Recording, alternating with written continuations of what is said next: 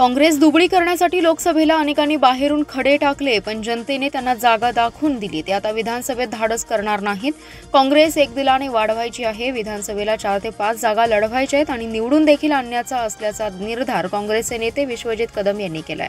नूतन खासदार विशाल पाटील यांचा मदनभाऊ युवा मंचच्या वतीने सत्कार करण्यात आला. या कार्यक्रमाचे प्रमुख पाहुणे म्हणून काँग्रेसचे नेते विश्वजित कदम उपस्थित होते. विश्वजित कदम पुढे म्हणाले, जिल्ह्यात काँग्रेसमध्ये गटबाजी होती, त्यामुळे पक्षाचं मोठं नुकसान झालं. पण आता गटबाजी विसरून सर्वजण एक आलोय. एक संघपणे एक दिलाने समाजकारण राजकारण करायचंय. जिल्ह्यात काँग्रेस मजबूत करायची. जिल्ह्यातील काँग्रेसची मूठ बांधलेली कोणाला बघवलं नाही, पण त्याची आम्हाला तमा नाही. लोकसभा निवडणुकीत ज्यांनी आमच्या मार्गात बाहेरून खडे टाकले त्यांना जागा दाखवून दिली. आता ते विधानसभेला धाडस करणार नाहीत. लोकसभा निवडणुकीच्या अनुषंगाने काहींनी भाषणे वक्तव्य केली, त्याला चोख उत्तर द्यायचंय. विधानसभा निवडणुकीत सांगली जिल्ह्यात काँग्रेस 4 ते 5 जागा लढणार आहे. त्या निवडून आणण्याची जबाबदारी आपल्यावर आहे. सांगली लोकसभा निवडणुकीत सर्वांनी एकत्रपणे काम केल्याने विशाल पाटील यांचा विजय झाला. यापुढे अनेक जण भांडणे लावण्याचा प्रयत्न करतील, पण आपली एकी कायम ठेवली पाहिजे. सर्वांना चांगली संधी मिळवून दिली जाईल. लोकसभेला सांगलीतून खासदार दिल्लीला पाठवला, आता विधिमंडळात सांगलीतून 2 आमदार पाठवू. ती जबाबदारी माझी असेल. वातावरण खराब करण्याचा प्रयत्न कोणाकडून होऊ नये, असं मत विश्वजित कदम यांनी व्यक्त केलंय. जिल्ह्यात अनेक विकास कामे गेल्या 10 वर्षांपासून प्रलंबित आहेत. जिल्हा हा प्रगतीपथावर घेऊन जायचा आहे. आगामी काळात कष्ट काम करावं लागेल. विमानतळ, पाणी प्रश्न, मराठा आणि धनगर आरक्षण प्रभावीपणे मांडणार असल्याचे मत खासदार विशाल पाटील यांनी यावेळी व्यक्त केले. नूतन खासदार विशाल पाटील यांचा मदनभाऊ युवा मंचच्या वतीने सत्कार करण्यात आला. या कार्यक्रमाला जिल्हा मध्यवर्ती बँकेच्या उपाध्यक्ष जयश्रीताई पाटील, काँग्रेसचे शहर जिल्हाध्यक्ष पृथ्वीराज पाटील, सांगली कृषी उत्पन्न बाजार समितीचे सभापती सुजय शिंदे, डॉक्टर जितेश कदम, किशोर जामदार, वेणुद्दीन बागवान, सुरेश आवटी, संजय मेंढे आदी जण उपस्थित होते. यावेळी विशाल पाटील म्हणाले, जिल्ह्यात काँग्रेसचं कुटुंब एक आणण्याचं काम आमदार विश्वजित कदम यांनी केलंय. जात धर्म न पाहता वसंतदादा पतंगराव कदम यांच्या विचारांनी सर्व कार्यकर्ते एकत्रित आले, त्यामुळे लोकसभेला विजय सुकर झाला. हा विजय सर्व कार्यकर्त्यांचा आहे. आगामी काळात कष्ट काम करावं लागेल. विमानतळ, पाणी प्रश्न, मराठा आणि धनगर आरक्षण प्रभावीपणे मांडणार आहे. जो व्यक्ती अपक्ष का असेना मला खासदार करू शकतो, तो राज्याचं नेतृत्व करू शकतो. जनतेने पाहिजे असा खासदार निवडून दिलाय. आता जनतेला पाहिजे तसं काम करण्यासाठी मी अहोरात्र झटणार आहे. जयश्रीताई पाटील यांच्या पाठीशी कुटुंब प्रमुख म्हणून राहणार आहे. जिल्ह्यात काँग्रेसमध्ये निर्माण झालेला एकसंघपणा टिकला पाहिजे. विधानसभा, विधान परिषदेचा निर्णय सोपा नाही, मात्र डॉक्टर विश्वजित कदम हे जो निर्णय घेतील तो सर्वांनी मान्य केला पाहिजे, असं मत खासदार पाटील यांनी व्यक्त केलंय. खासगी शाळांमध्ये ज्याप्रमाणे शैक्षणिक सुविधा देण्यात येतात त्याच पद्धतीने महानगरपालिका, नगरपालिका, जिल्हा परिषद शाळांमध्ये आवश्यक शैक्षणिक सोयी सुविधा उपलब्ध करून देण्यास शासनाने प्राधान्य दिले.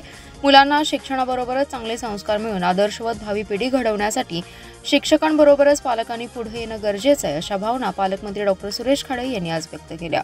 शैक्षणिक वर्ष 2024-25च्या शाळेच्या आजच्या पहिल्या दिवशी सांगली येथील स्फूर्ती चौकातील महानगरपालिकेच्या शाळा नंबर 7 मध्ये पालकमंत्री सुरेश खाडे यांनी मुलांचं पुष्पगुच्छ आणि रोपटं देऊन स्वागत केले. यावेळी उपस्थित विद्यार्थी, पालक आणि शिक्षक यांच्याशी संवाद साधताना पालकमंत्री डॉक्टर खाडे यांनी या भावना व्यक्त केल्या.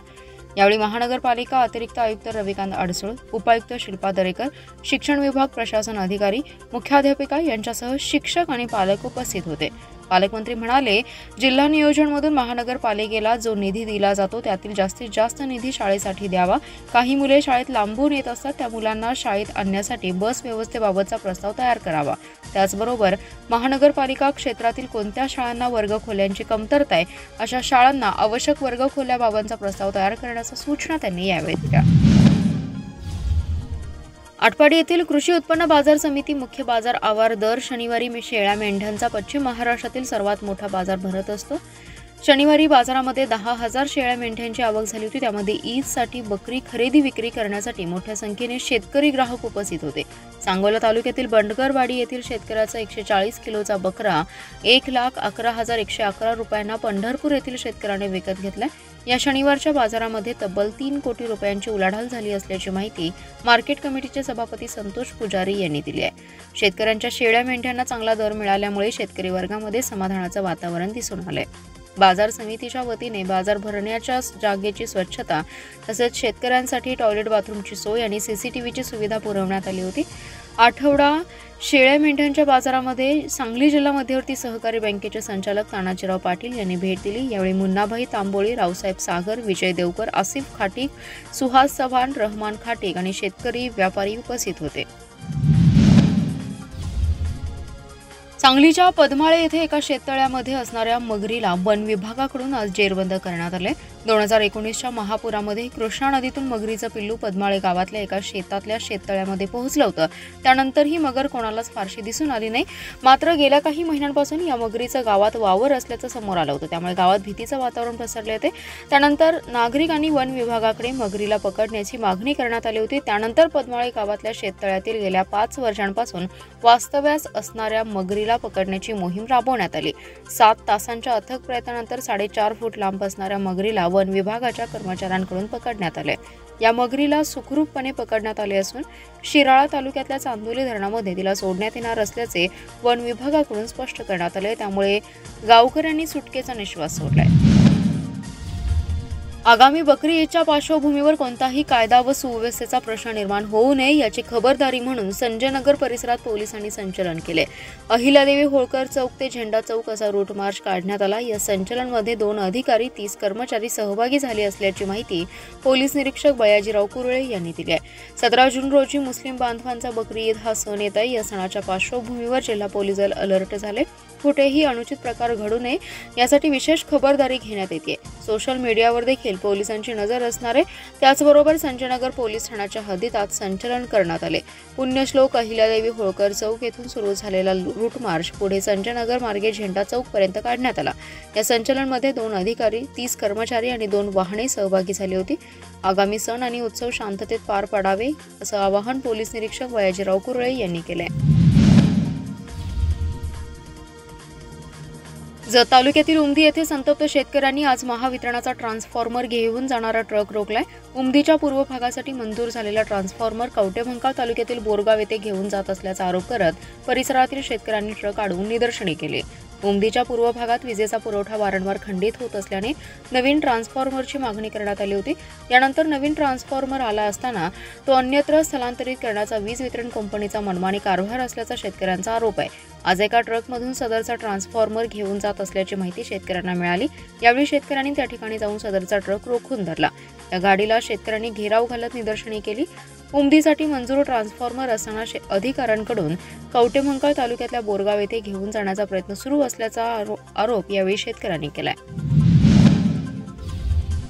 नागपूर गोवा शक्तीपीठ महामार्ग रद्द करण्यासाठी नूतन खासदार विशाल पाटील यांनी प्रयत्न करावेत अशी मागणी शक्तीपीठ महामार्ग शेती बचाव कृती समितीच्या वतीने करण्यात आली आहे। शिवाय मंगळवारी होणाऱ्या कोल्हापूरच्या मोर्चात सहभागी होण्याचं आवाहन करण्यात आलंय। पाटील यांनी मोर्चात सहभागी होण्याची ग्वाही दिली। शक्तीपीठ महामार्ग शेती बचाव कृती समितीच्या पदाधिकाऱ्यांनी सांगलीचे नवनियुक्त खासदार विशाल पाटील यांच्या निवासस्थानी त्यांची भेट घेतली आहे। यावेळी महामार्गाविरोधात सुरू केलेल्या लढ्यात सहभागी व्हावे असं आवाहन पाटील यांना करण्यात आलं।